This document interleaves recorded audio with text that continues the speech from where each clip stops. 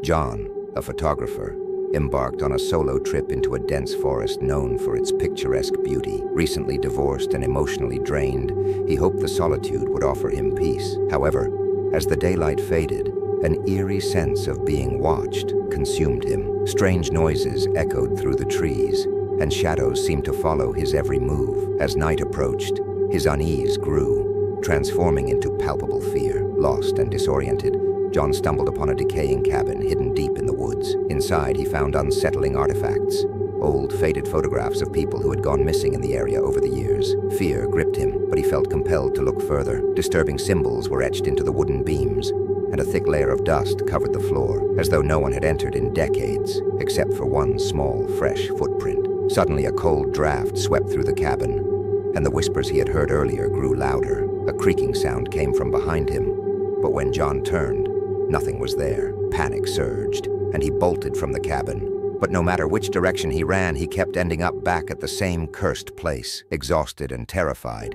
John attempted to call for help, but his phone was dead. Desperation set in as he realized he wasn't alone in the forest. Unseen forces seemed to toy with him, leading him deeper into the woods, further from any chance of rescue. The night stretched on, with the darkness closing in tighter and the whispers growing louder, until John's world became a nightmare he couldn't escape. The next morning, a search team found his abandoned car at the trailhead, but John was never seen again. All that remained were rumors of the cursed forest and the whispers that still haunt those who dare venture too deep. On a warm afternoon, the hiker and their friends decided to visit the reservoir for a day of relaxation. The sun shone brightly as they enjoyed the outdoors, but their carefree day took a dark turn when they noticed two suspicious figures at the far end of the reservoir. The men, dressed in dark clothing, were dragging heavy bags toward the water's edge. Their furtive movements immediately sent a chill through the group, silencing their laughter. The hiker and their friends exchanged nervous glances, trying to decipher what they were witnessing. A feeling of unease settled in, with the hiker's instincts screaming that something was wrong. The men's muffled voices were too distant to hear clearly, but their actions spoke volumes. The group debated what to do, torn between confronting the men and retreating from what felt like a dangerous situation. In the end, they chose safety, quietly backing away and leaving the scene behind without making any noise.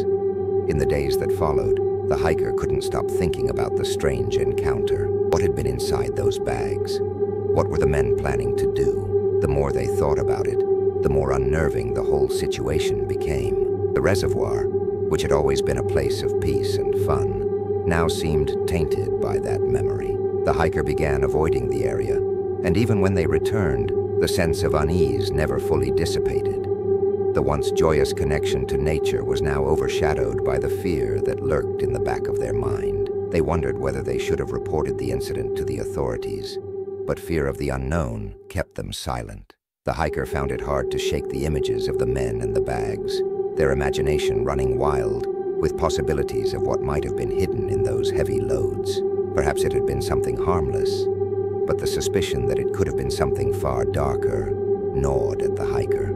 As time passed, the memory of that day transformed the hiker's approach to outdoor adventures. Where they once felt carefree and invincible, they now approached the wilderness with caution. The joy of exploration was replaced by a constant awareness of potential threats. Each visit to the reservoir was accompanied by a new vigilance, a sharp contrast to the carefree days of youth.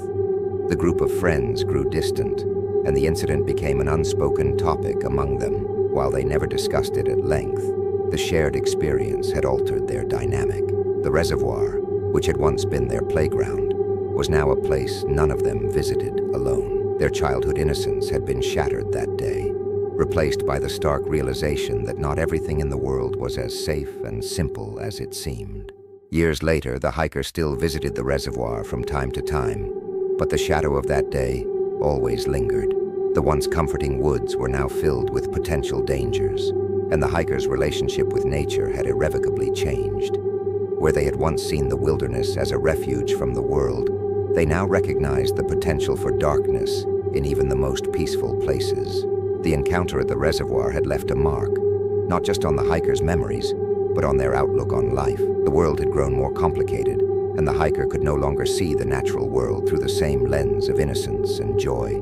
Each step into the woods was now accompanied by a quiet sense of vigilance, a constant reminder that the dangers lurking in the shadows were often unseen, but very real. The experience had left the hiker more cautious, not just in the wilderness, but in life in general. They were no longer quick to trust unfamiliar situations or people, and their adventurous spirit had been tempered by the harsh realities of the world. The reservoir, though still beautiful, was no longer a place of pure happiness. Instead, it had become a symbol of the complexities and dangers that lay just beneath the surface, both in nature and in life itself.